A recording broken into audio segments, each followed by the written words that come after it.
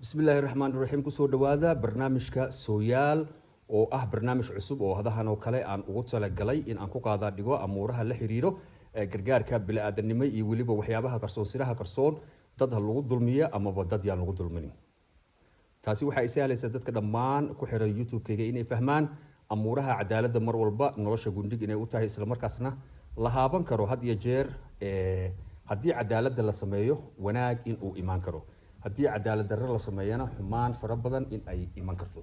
si taasi looga digtoonaado waxaan go'aansaday maadaama aan ahay wariye rugcadaa ah isla markaasna ah fanaan in aan saxaafadeyda uga faa'iideeyo dadka barnaamijkan sooyaal sababta ayaan u soo saaray waxaanan kaga hadli doonaa amuuro la xiriiro dhanka nabadgelyada oo kobcinayso amuura la xiriiro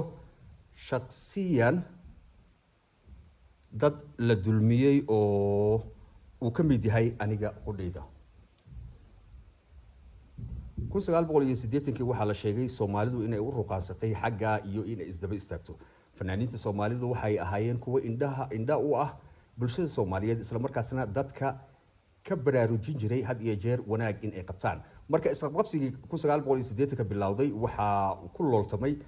wadaadada iyo fanaaniinta xilligaas waxa loo arkay inay yihiin kuwa xaq jira isla markaasna aan diinta haaban karin bulshadana waxba aan ku soo dari karin taasi waxay qasabtay fanaaniinta in ay gocdaan iyagana hagaardaami iyo dhibaatooyin fara badan ay geystaan dadka dhibaatooyinka loo geystay waxa ka mid ah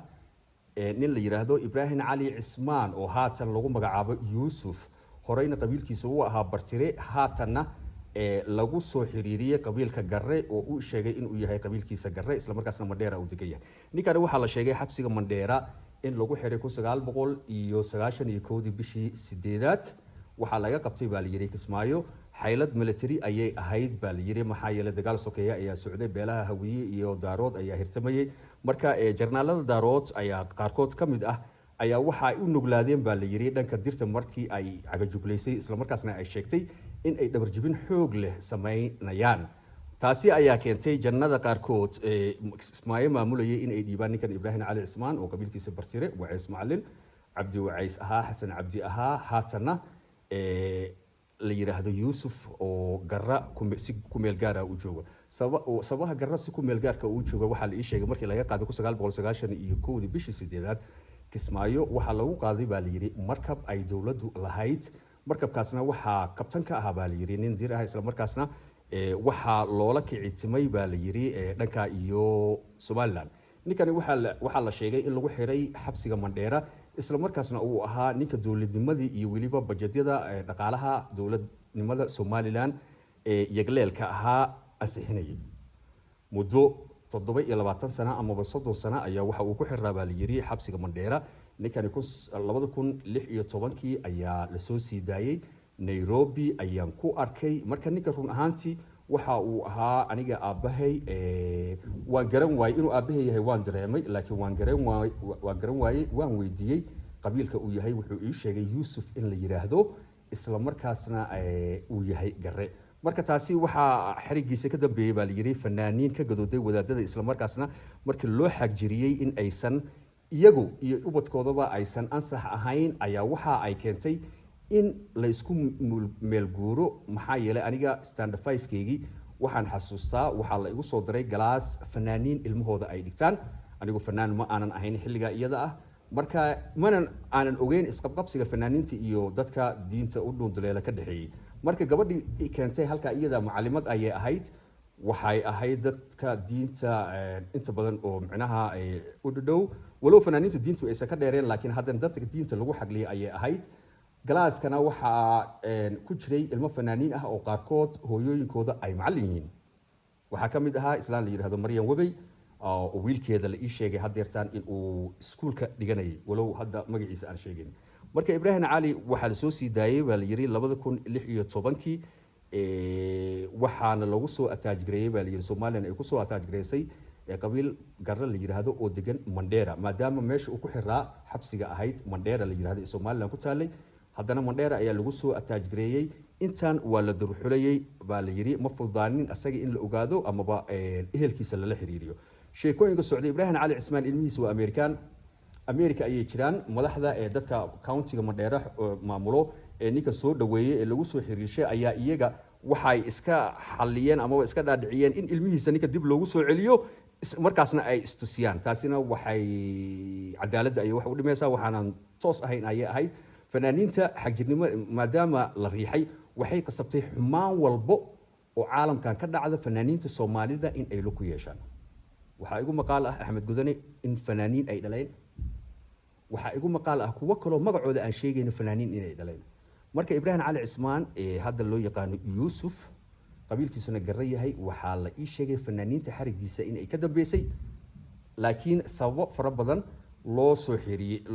loo soo sheegay ninkan waxa la ninkan aabihii waxa la yiri sabaha loo xiray 1988 waxaan xasuustaa stand 6 ayaan ahaa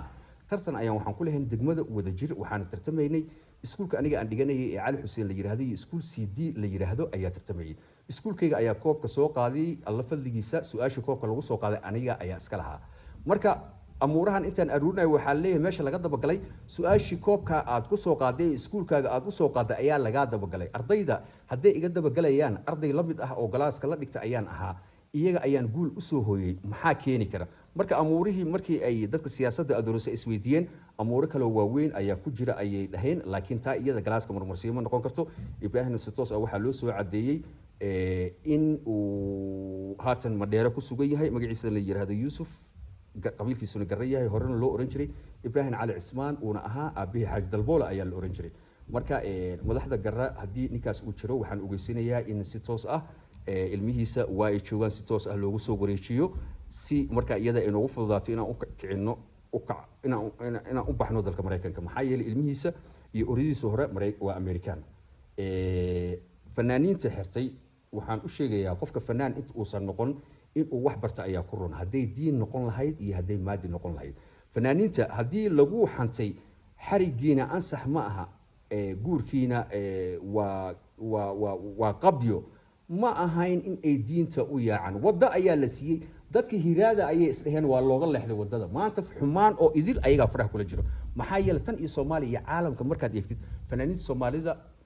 wax xun oo dhan ayaga lagu xiriiriyaa in ay iyaga ka imaadeen marka taa iyada in waa ka wada hadli doonaa marka amuurahan amuuro wax barasho in loo xiray iyo howlahaas iyada ah siyaasiyiinta aad wax u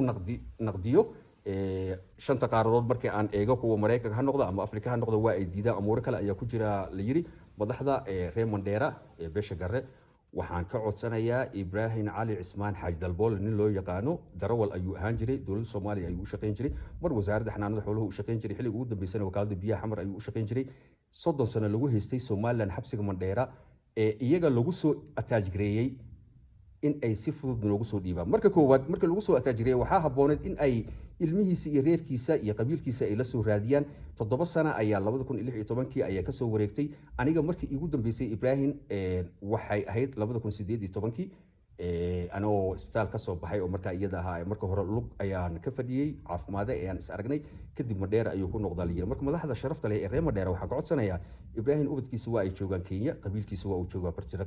dalka Kenya in ay ku soo wareejiyaan amuuraha la gala haday isleeyihiin ninka 30 sano ayuu xabsiga Mandheera ee Soomaaliland ayuu ku xirnaa amuuraha Soomaali waa ay ku kala tagaysaa cadaalad darri ay dadka ku kala tagaan taa iyada waa cadaalad darri waxaana laga yaabaa in dawladda Kenya ay madaxda garra ku dhaliilaan ninkan lagu soo attach gareeyay sababta ay ugu soo bandhigi waayeen dawladda marka waxaan leeyahay hadii ay amuurtaasi ansax tahay ay jirto madaxda Mandheera County-ga madaxda beesha garre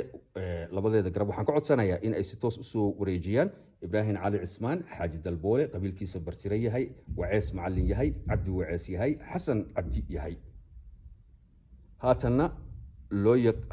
magac loogu yeero uu yahay Yusuf qabiilkiisuna uu yahay garre ninkaasi xabsiga Mandheera Soomaaliland ayaa laga soo bixiyay madaxda garre ee Mandheera sababtaas ayaa lagu soo wareejiyay marka kiiska iyada waxba yeesan qarsanin waxa laga yaabaa wax kala badbaadiyay inta ay leeyihiin in wax badan ay halaabaan marka Ilaahay xaqana waafajiyo